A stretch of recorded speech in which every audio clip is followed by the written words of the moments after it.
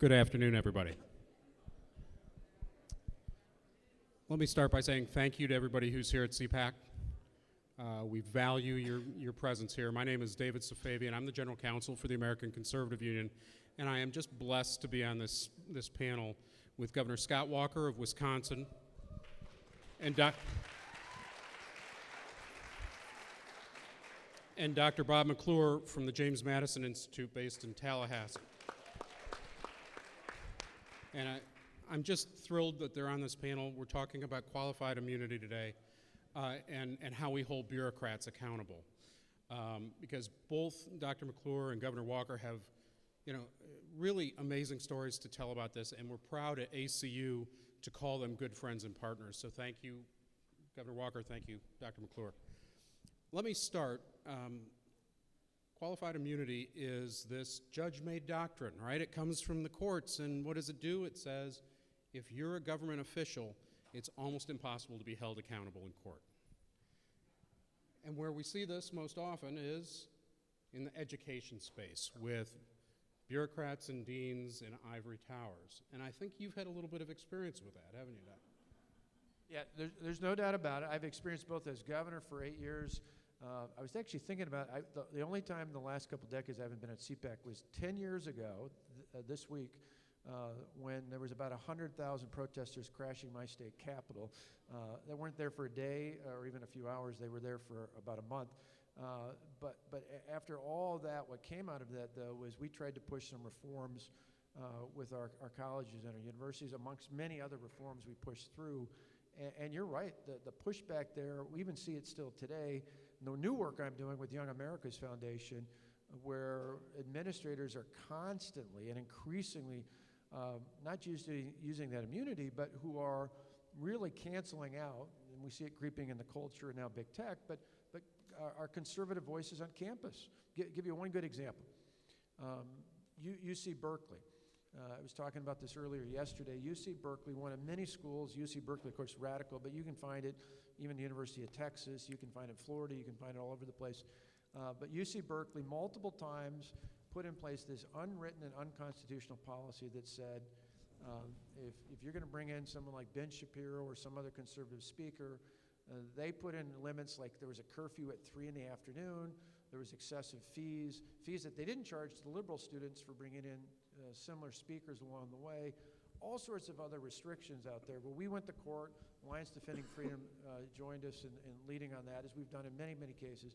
And we won, and in this case specifically, we included the University of California president, the system there, Janet Napolitano, of course, former governor, former Obama administration official. But the tough part is, unless these individuals face some degree of personal responsibility, they pass it on. The university has to pay out legal fees. They do other things in cases where we win. In a lot of cases, speakers, students, and others are afraid to even bring it up in the first place. But we've got to push back. We've got to be able to hold them accountable. We've done it before, but it is a difficult process. And in the end, they're never personally accountable for it. They just pass it on, which then the taxpayers and the students have to pick up the fees on. It's a total scam. It is total insulation from accountability. In fact, actually, by the way, if you, an interesting plug, yaf.org, not just for our website, but /free speech, you can see all the cases we've been involved with, the ones that we've won and the ones that are still pending. And if you don't read it when you want to go out and be happy, because it'll get your blood boiling. The only part of that that's even remotely optimistic is how many of those cases we've won. But we shouldn't have to fight them in the first place, because free speech is guaranteed in the Constitution, and the place it should be the most revered is on a college campus, yet that's where it's most at risk today. Amen. Amen. And before I flip over to Dr. McClure, I was remiss because Governor Walker is leading one of the most important organizations in the center-right space, No Bull.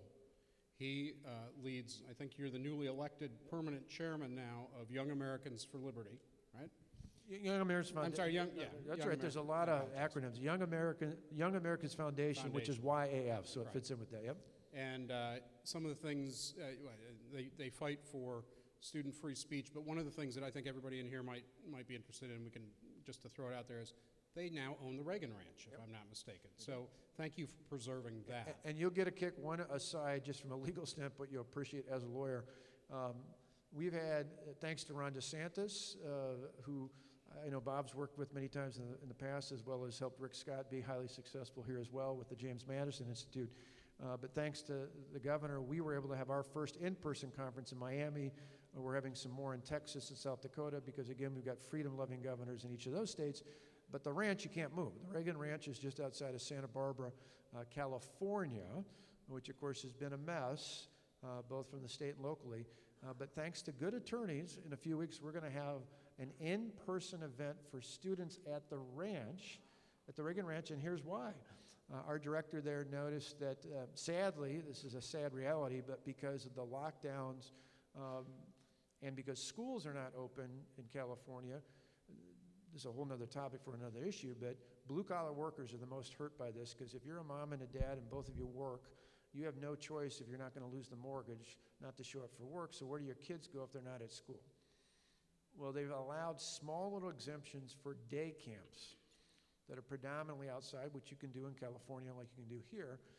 So we looked at that and had our lawyers look at that and say, instead of having a conference, we're having day camps at the Reagan Ranch, where they come from 9 to 5, they go up at the ranch, and they hear from conservative speakers. How about that for taking on Newsom?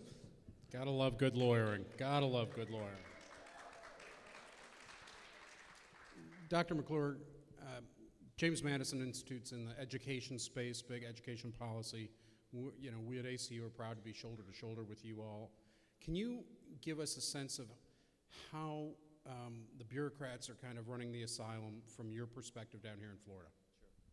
Happy to, and thanks for having us. It's my great privilege to be on the panel with Governor Walker. We've known each other many, many years. We worked with him when he was governor and continue to work with him now. And of course, ACU is a tremendous national partner.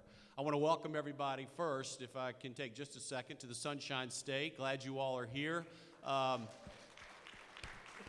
The president was going to put in those travel restrictions for you, and I actually want to thank him for doing that, because all it did was highlight the tremendous successes that we've had here in Florida. The lowest death rate, the lowest infection rate, the lowest hospitalization rate per capita in the country. One of the best rollouts of the vaccine of every state in the country. And, oh, by the way, we kept our economy open. So we're glad you're here. If you decide to move here, we'd love to have you. But please, please, please, if you do move here, always remember why you left the place you left when you come here. So thank you for being here. JMI is based in Tallahassee, in the capital city, because that's where we all know the trouble can happen, even in a state like Florida. The James Madison Institute has been around since about 1987, and we focus on public policy here in the state of Florida. But because Florida is on the tip of everybody's tongue across the country, we have a national platform as well. So not only are we focused on Florida, but we've been in the Wall Street Journal, we've been in USA Today, and do a lot of things like that. I say all that to tell you what's happening here in the state on free speech, qualified immunity in the education space. There are a couple things. Governor DeSantis, in his infinite wisdom, and seems to be the hero of the conference, and we're grateful for that, right when he came into office, got together all of the public university presidents and all of the state college presidents. Some of you may know that as the term is junior college. We call them state colleges here in Florida. It's about 40 colleges. He got all of them together to sign on to a version of the University of Chicago free speech statement. Many of you are very, very familiar with that. If you're not, I urge you to look it up. University of Chicago is the University of Milton Friedman, one of my heroes. And so all of those universities came together, about 40 of them, big deal, big press release, big speech, to sign the Florida version of the Chicago statement. Okay, fast forward a few months. The legislature passed the free speech model legislation for our state, and it did three things, in theory. It did three things. First, it promoted free speech. It didn't just say free speech was fine. It didn't just say free speech was okay. It promoted free speech in Florida on college campuses, okay? It eliminated free speech zones, which, as we all know, were kind of the the way to go du jour early on, and it eliminated free speech zones. But the third thing that it did that I thought was really important is that it encouraged robust debate. So if you had a problem with the person that was speaking, you were allowed to engage, but you were not allowed to obstruct. You were not allowed to protest in this room, for example, if someone was having issues with the three of us. So you were allowed to engage in healthy debate. It did those three things: promoted free speech, allowed for healthy debate. And so what, in theory, we were supposed to have on our college campuses here in Florida, we were supposed to have, right, the best of all worlds, correct? Actually hasn't turned out that way. Surprise, surprise, here in Florida in higher education in general. We've had two cases that I think will be of interest to you. One was at the University of Central Florida, right down the street here in Orlando, where the faculty passed essentially an issue for UCF, which essentially banned all speech that could be considered harassment. All speech that could be considered harassment. Well, and any online transmission of content that could be considered harassment. Well, we all know that collectively, all of you all in here are terrorists, right? We all know that. And so can you imagine if you're a conservative student at UCF, the chilling effect it might have on your organization, your ability to speak, your ability to share information via online, okay? Well, UCF was just recently sued by a group of conservative UCF students. Yes. Because they felt like it had a tremendous chilling effect on their ability to conduct their everyday activities as conservatives. Okay, so that's moving forward. The second case happened at Florida State University, which is in my hometown of Tallahassee. Florida State had a student body president who was Catholic, who in a private Facebook chat room expressed his pro-life views. He's the student body president of Florida State University, and had expressed his concerns about the, quote, pro-choice movement in America, okay? He was removed as the student body president of Florida State University because in a private chat room, he expressed his very pro-Catholic, pro-life views. He was removed, okay? That is very scary and very chilling.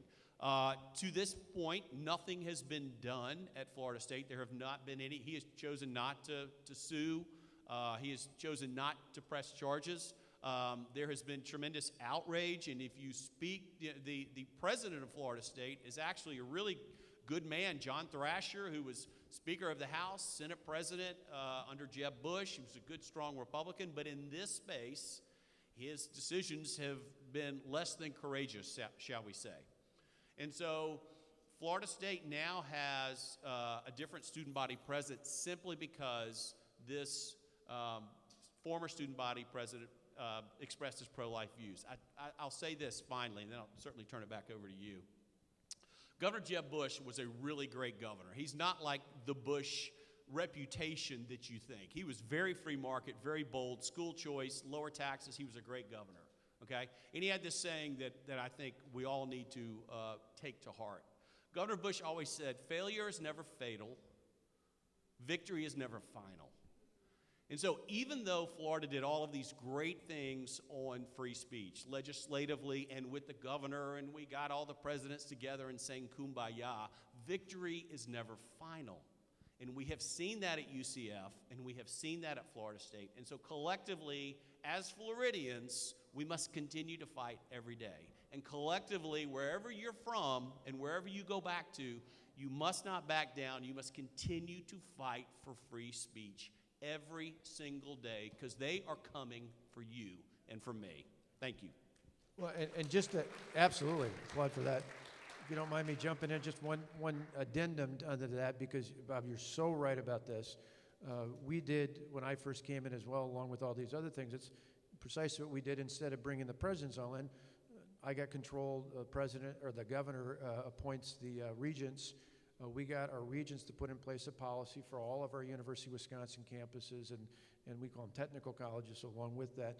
the community-type colleges, to not only for the language that came out of Chicago, but here's the kicker, and it goes exactly to your last point there. What we found is public or private, government-run or private, almost all of them profess to be for free speech. So just because they sign a piece of paper, which is great to have people willing to do, the leaders like Ron DeSantis and others willing to do that, but what we found is after we did it, we had to come in and add teeth to that. We first did it administratively, and then thanks to our Speaker of the Assembly, Robin Voss, for initiating it and changing the statutes, where we put consequences, both for students who interrupted, you talked about, which is essentially the getting rid of the protest veto, because to your point, Bob, if somebody stood up here and hollered and screamed and yelled the whole time we tried to speak, they're essentially vetoing our right to have free speech rights. So you can protest, you just can't stop somebody else from having, particularly when they have a sanctioned, organized event on a campus. But then we put in some teeth, so things like, when you look at policies like this, put in place, say you get one warning and the second time you do it, you get expelled from the university. So you actually put some teeth behind these things. Otherwise, all the good feelings in the world don't get you anywhere. It's precisely why I go back to your original topic with immunity is so important to push back on, because on this issue in particular, they'll all say they're for it, but you give them an inch, they'll take a mile, even among students. We did a poll that found 93% of college students say they're for free speech, which sounds great, until you push further in that poll, and more than half of the identified liberal students say, but they're okay with taking free speech rights away if someone says something that's offensive to other people. The only group that they don't qualify that for are conservatives. For all these people talk about diversity, the only diversity that they don't feel in line with is ideological diversity on our campuses. And sadly, we see it seeping into culture and even with our corporations in society. We got to push back. They are all in favor of diversity other than diversity of thought. That's right. And I'll tell you, I'm the father of a 17-year-old daughter, and trying to find the right school for finding a place that doesn't have safe spaces, right, that doesn't penalize thought and speech is almost an impossible task. Governor Walker, well, let me back up. Everybody's heard of this guy, Robert Mueller, and maybe this other great American, Michael Flynn, General Flynn. And we all know the abuse that they all went through, or that General Flynn went through at the hands of Robert Mueller. That wasn't the first case. In fact, anybody that has followed Governor Walker's career knows that he was, I'm sorry to say it, you were cool before it was cool with out of control folks. And you've had firsthand experience of trying to fight a bureaucrat when you have no tools to fight them with, and I think it'd be important for folks to hear about it. Yeah, some people, if you haven't seen this, you can Google the Wall Street Journal did some exceptional editorials on this. Thanks to Eric O'Keefe having the courage to stand up and talk about it. The National Review at the time did some pieces. This was back in October of 13, so we went through this big protest, had a recall where they literally tried to undo me, but before I went through a recall in June of 2012, we had a whole group of state senators who had to face a recall August of 2011, and then another wave with me in June of 2012. The reason I say that is, so we weren't going to leave them hanging. These men and women literally made some of the most courageous votes, not only in my lifetime in Wisconsin, but I think arguably in America, where they were under death threats. I was receiving death threats. We literally, when I think about all the stuff the press gets worked up about at the U.S. Capitol in January, we dealt with it for a month, and we literally had lawmakers for weeks that had to exit out through a tunnel out of the Capitol to get away from the people that were not just protesting, but rioting and so on and so forth. So what that ties into is put that in context. So we weren't going to leave them hanging, so we went out and worked with third-party groups. We, meaning not the senators, but I on their behalf, because I was the focal point. I was the tip of the spear. I was the person that people knew. They were paying attention all across America. And I said, I'm not just going to take care of myself. I can't leave these guys hanging. Who will ever take a courageous vote again if the minute that something happens, you leave them high and dry? So we went out, raised money, raised resources, worked aggressively, and retained the state Senate majority. But the left, who had already timed what are called John Doe, which is very much like the Mueller crazy activities, They had started a John Doe against me years before. They came back this time not only against me, but against a whole bunch of conservative patriots who were involved in this process of trying to help these senators who were so courageous in these acts. Started out with Democrat district attorneys in the largest 2 counties, spread throughout elsewhere, but where they were particularly under siege was by unelected bureaucrats in what was called the Government Accountability Board, with no direct accountability to any elected officials in the state. The governor, the legislature, we thankfully subsequently have eliminated that body and changed the laws since then. But they went on such a wild expedition. I caught a little bit of the last session. There's a lot of similarities, at least in regard to this story. So to get information, to serve their political agenda, they didn't just go after me. They went after private citizens who were part of our process. One in particular, they sent squads in like you would do with a drug bust in the middle of the night, blasted into these homes, some with children and the whole bit, but one in particular, 16-year-old, neither parent or home. They were traveling, did not let him call his parents, did not let him call anybody else, told him he couldn't talk about it and others couldn't talk about it, scared the dickens, well, scared a lot more than the dickens out of this kid. And all throughout this process, eventually it went not only to the state Supreme Court, for which they told them to stop it, it was unconstitutional. It worked its way through the federal courts, and a federal judge said the same thing. And then in direct defiance of that, they still released at one point hundreds of thousands of my emails and others to The Guardian, which is they went to an out-of-country entity to try and get around this.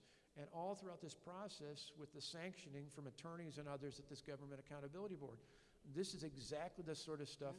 We saw the riots and we saw the protest and the pushback before Donald Trump saw it. We saw the unconstitutional activities through the courts and through special prosecutors. In our case, we call them John Does, long before it happened in Washington. In either case, it's fundamentally wrong, and you've got to have ways that not just for cases like this, but in the end, in everything in government, there should always be a way to hold people accountable, not only in court, but to someone who's elected and directly has to respond to the people. And can I add something to that? The governor's Absolutely. absolutely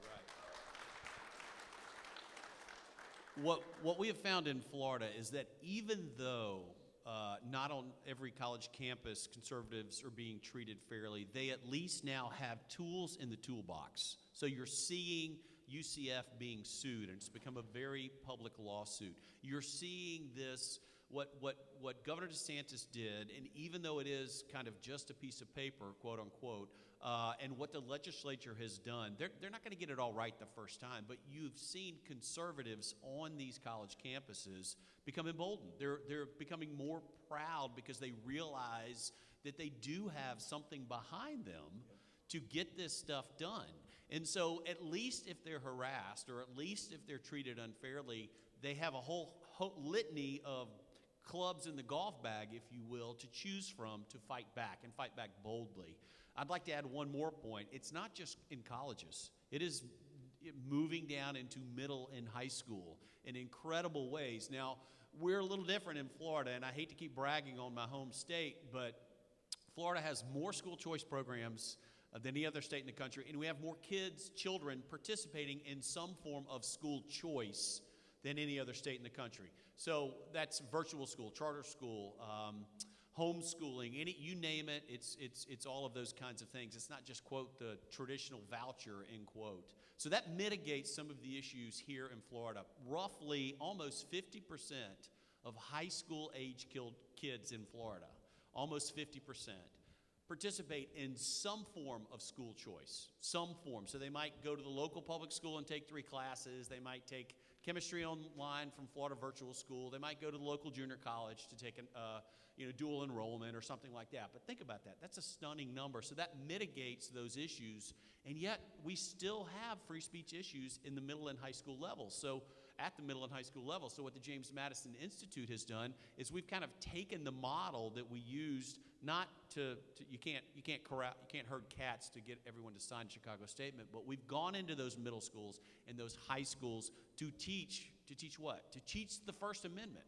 What is the First Amendment? We've worked with civics teachers who are surprisingly open to help to work with these kids at the middle and high school level to teach them about the First Amendment and why it's so important. And probably we average about 100,000 kids a year going through JMI's curriculum. So we're over 1 million kids in the last 10 years at the middle and high school level, teaching them about the importance of the First Amendment. You know, and that's so important that students, young people understand what rights they have. But, you know, we started off this discussion about qualified immunity. And, you know, we at ACU, we at CPAC, when we started planning, we started planning around the idea of first principles, right, and the Bill of Rights. And, you know, all the admirable work you're doing, all the sacrifice you made, it doesn't really work if you have no way to vindicate those rights, right?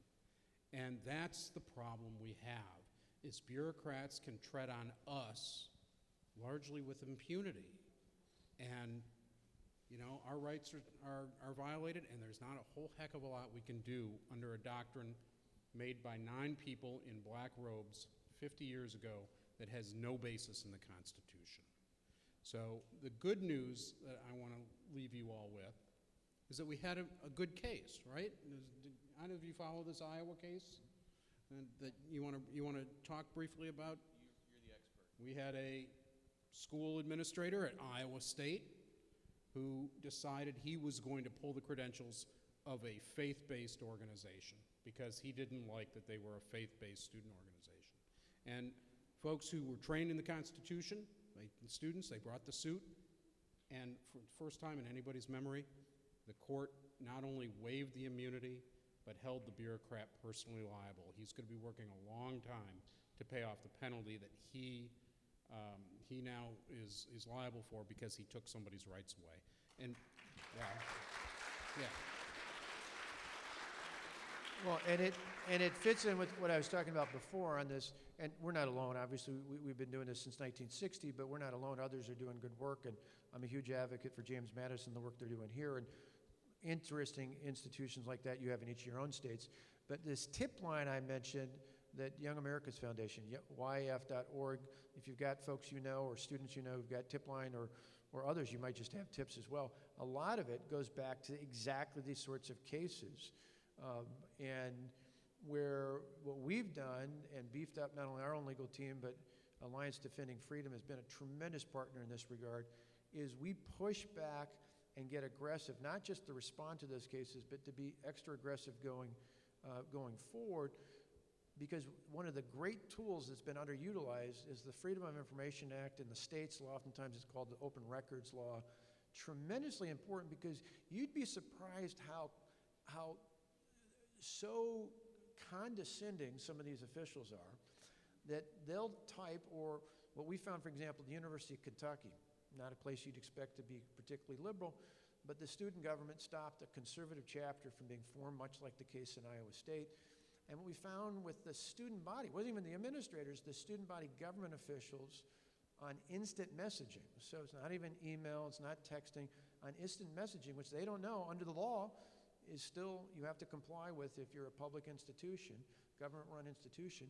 We were able to go in and take out of their technology by aggressively finding this out, and saw all the condescending comments back and forth about how, not just how much they hated conservatives, but how they were going to drag the process out, how are they going to find all these excuses. Well, they're so ridiculous, they're so arrogant, they've been so emboldened by the media via the left, which is often indistinguishable, but they've been so emboldened this way, oftentimes they give you the roadmap right out there. You just got to be aggressive enough to go in court, and then a court, as difficult as some of the judges can be in that regard, when you lay the facts out, it's almost, well, it's indisputable, and there's no way they can't take action. So we're going to need to do more of that. Each of our organizations, including ACU, can't do it alone. That's where you come in, and others that you know who are concerned about this issue, to get that information to us, to get that information to other like-minded organizations, so that we can continue to push, because we have the facts, we just got to spell it in ways that is so indisputable that they have to act. And once we start doing it in more places than just Iowa, I think that's where the dominoes start to fall, and people start to wake up in the way that we've done it with some of our free speech cases. Can I add one more thing? The governor's absolutely correct. Think about it historically. Since what, the 1960s? You know, the left has kind of had a free road because for years, you know, it's been like a warm bathtub for them. They keep getting more and more bold, and conservatives haven't really, quote, fought back, end quote, okay? And so it's been, you know, all of a sudden after 40 or 50 years, that warm bathtub, all of a sudden, we're coming after them. And so we're just getting started to defend free speech because what? It's true. Because you know, I always say, look, we have the right argument, but the left has the easy argument. They always like to say, we're saving the earth, we're saving the children, we're saving the oceans. What are you doing? And conservatives get into a 30-second postulation about economic theory or lower taxes, and they go, yeah, okay, whatever. We're saving the earth, we're saving the children, we're saving the oceans. What are you doing? That's changing.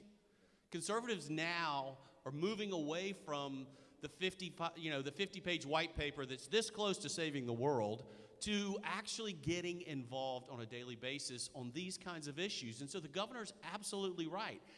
Florida's a good story. We have a long way to go, but you think about the Iowa State issue, you think about what they're doing in other states, and we've just begun. We're going to roll this back, okay? We're going to roll back the left on free speech, on a lot of other stuff, but on free speech. But we're going to roll them back because we're just getting started. And they're not going to know what hit them once that steamroll gets moving. Amen. The only thing I would say is we can't roll back the left without your help. Amen. And that means writing your legislator. That means showing up at town hall meetings.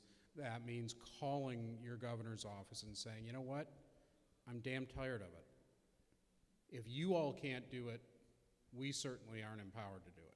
So I would strongly urge you all, if you're concerned about free speech, if you're concerned about bureaucrats running amok and insulated by qualified immunity, if you're concerned about out-of-control investigations by nameless bureaucrats who get to leak information and then not be held accountable, it's your job to call your folks. Your job to reach out to us. We all have different ways to direct you in the right places, and we need your help. Thank you.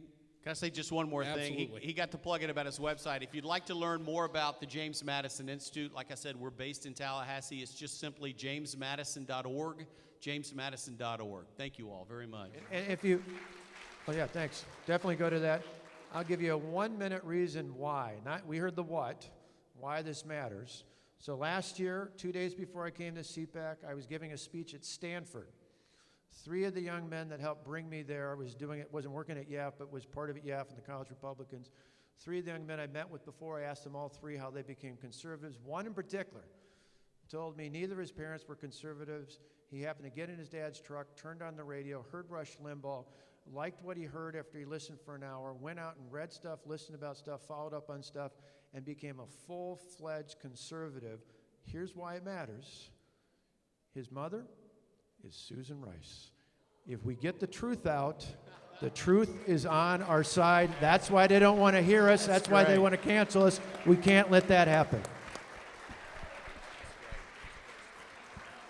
Ladies and gentlemen, thank you so much for being here. Governor Walker, Dr. McClure, thank you all. Have a great afternoon.